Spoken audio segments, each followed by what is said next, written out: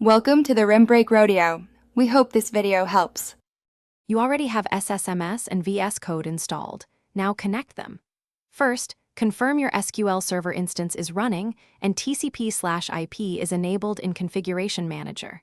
Next, open SSMS to validate a working login and note the exact server name and port. These values are critical.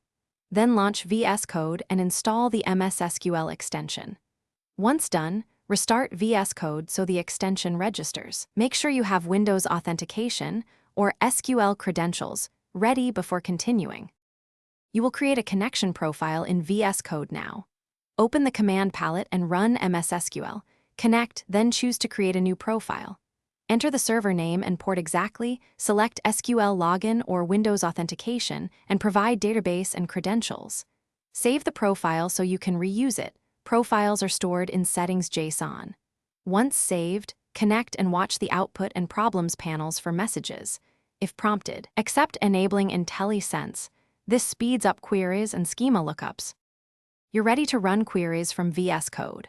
Open a SQL file, select your saved connection profile, and execute queries.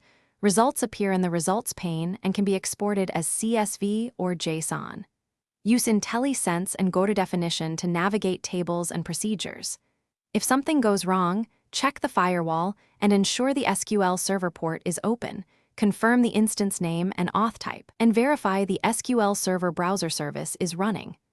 Restart VS Code and SSMS after changing settings and retry the connection. Thanks for watching. Consider subscribing if we helped you.